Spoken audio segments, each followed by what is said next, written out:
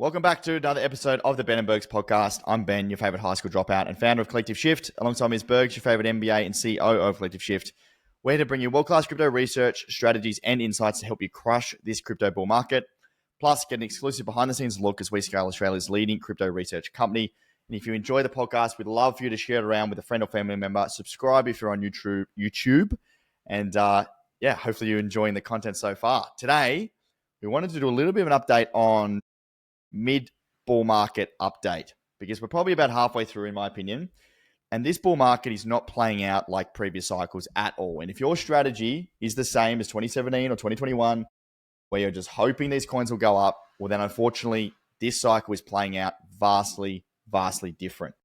Now, the first thing I want to really double down on and make it super clear is that the altcoins are down considerably against Bitcoin, right? So if you look at the others chart, which is basically the total market cap of altcoins outside of the top 10, they are severely underperforming Bitcoin to the point where year to date, Bitcoin is outperforming the average of the altcoin sector by 40%.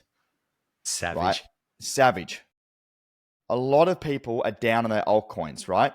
And we have been super good this cycle. Probably the best, in my opinion, the team and I, in finding outperformers, the likes of Syrup, Hype, Sui, Solana, have all outperformed others. Syrup, just over the last, since April, the others, average altcoin market cap returns, 5%.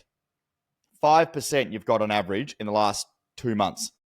Sui up 20%, Solana 15%, Hype 200%, Syrup 300%. All right? Everything else, you're basically flat over the last 2 months. Bitcoin's up 30%. So if your altcoins are not outperforming Bitcoin, I would question, why are you holding it? All right? And this is not the cycle that everything's going to perform. A couple of reasons. One, there's millions more coins than ever before. Two, there's very little retail interest right now.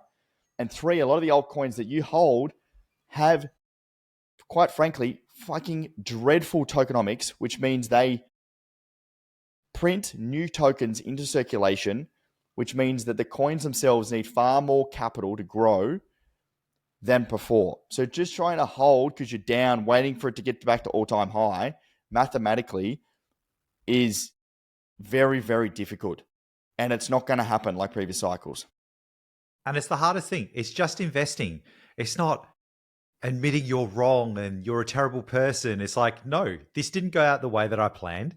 It's not playing out. Get rid of it and get something better. Don't hold on to that trash and go down with the sinking ship. Totally right. And recently we spoke about the 10x we made on Syrup. This was a fundamental play, right? Fundamentals break through in areas of the cycle when there's not a lot of sentiment, okay? And that's where the fundamental projects are doing well, and that's why I'm very bullish on the layer ones. But again, still, so many of you are panicking when we see this drop in the market like we saw, with the Iran conflict. Literally on Monday, the market dumped. And I put out a post to our Platinum members talking about this is a short-term correction. Bitcoin is holding up extremely well. The fact that Bitcoin was above $100,000 told me that we were in a very strong market. Historically, if we had a huge world conflict, Bitcoin's down 30-40% and altcoins are down 70%. We saw that with the tariffs. Like Bitcoin absolutely tanked. Yeah, absolutely bananas, right? But it was a bullish signal. So what I actually did was I deployed. And I deployed into some of the assets that we have high conviction on. I shared those assets. And literally, Bergs, the very next day now, I must admit, I didn't think we're going to get peace talks overnight. But you didn't have the hotline to Trump, mate? Just call him up, be like, mate, look, I've just told everyone I'm buying, you better stop the war, brother. I texted him, he didn't reply. Maybe he saw it, I don't know. But it pumped overnight. And now we were able to scoop up undervalued assets, double down on our high conviction plays, and the market corrected and bounced, and we're back up and running again. And that is the difference between a logical investment strategy where you know your assets, you know what you're in, and you're doubling down during corrections versus an emotional investor that gets worried, panicked, and continues to buy crappy coins or sells when they see the fear in the market. And I think that's a big difference. And I want all of you guys as listeners to take home and just remember that very few altcoin dominance against Bitcoin is at 4-year lows. Bitcoin has outperformed the majority of altcoins for 4 years.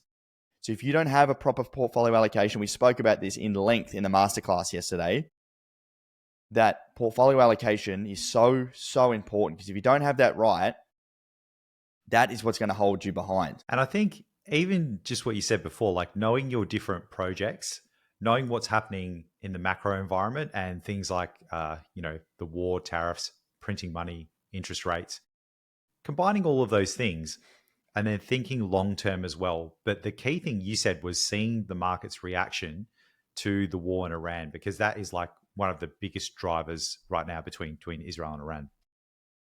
Horrible thing happening, and we're monitoring it, but the market's response is Bitcoin is still quite strong and things were popping off. Missiles were going everywhere.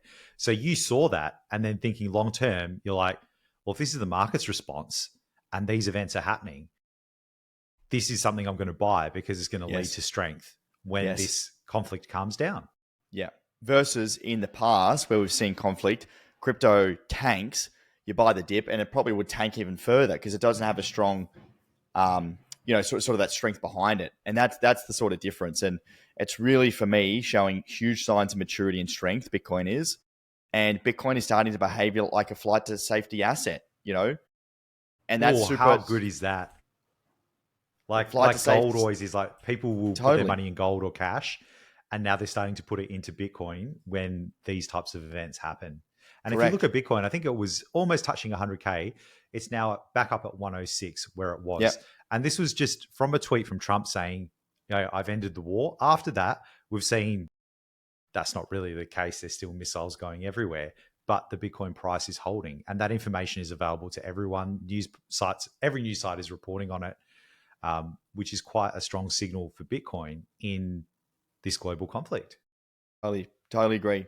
Altcoins, on the other hand, as a reminder, they will fall harder in times of uncertainty. Retail interest on top of that is largely absent right now. Google search interest for crypto is at the same level as where we were back in 2022 when Bitcoin was at $16,000. Oh, if only we could go back, bro. Yeah, I know. Buy some of that. Buy some more. Retail are not here, guys. All right. So your altcoins are going to most likely underperform. Like I just shared the data, the average is that you're completely underperforming unless you're in select assets that are doing, obviously, really well. All right. And that, for me, is why, to be honest, Matt and the team, Bergs, have been crushing it. Like the calls on Sui, Hype, mine on Syrup, like these. If you haven't been in these assets, you're down. And this is the thing: we don't monitor, we don't have write-ups on 600 projects and 6 of them have come good. It's like 6 or 7 out of 10. Yeah, totally. And those other 3, the second they turn, we just cut them. We don't hold them to the bottom, and we redeploy to the other ones. Like it's pretty bang on. It's pretty amazing to see, man. Yeah, totally agree. Hopefully that's been helpful and insightful, folks. That's where I'm buying, focusing on those bigger sectors, layer ones primarily. We spoke about DeFi. There's a few other sectors I'm looking at. If you're interested in following exactly what we're doing with our portfolio, all of our research and insights, you can check out our Collective Shift Platinum offer. We do have an end of financial year little bonus from our masterclass yesterday. So click the link below, check out the Collective Shift Platinum landing page. That goes up right to the end of June. But as always, it's by application only. You do need to have more than $250,000 in assets, and we will see if it's a good fit. And we are relaunching the Pro membership soon. It's just a little teaser. So we'll have something out for you guys soon as well for that don't qualify. I have something nice out for you guys as well, hopefully very soon. Bergs, back to work. That's it, mate. And you're spot on. We want to help people at all levels, right? We don't do this just for a certain subset of people. And we want everyone to be able to benefit from this asset class and be accessible. It's why we do a lot of free content. It's why we're relaunching Pro and why we have our Platinum tier as well. Totally. Thank you so much, folks. Hope you enjoyed the episode. Please share it around with a friend or family member if you enjoyed the podcast, and we'll see you on the next episode. Thanks, champions.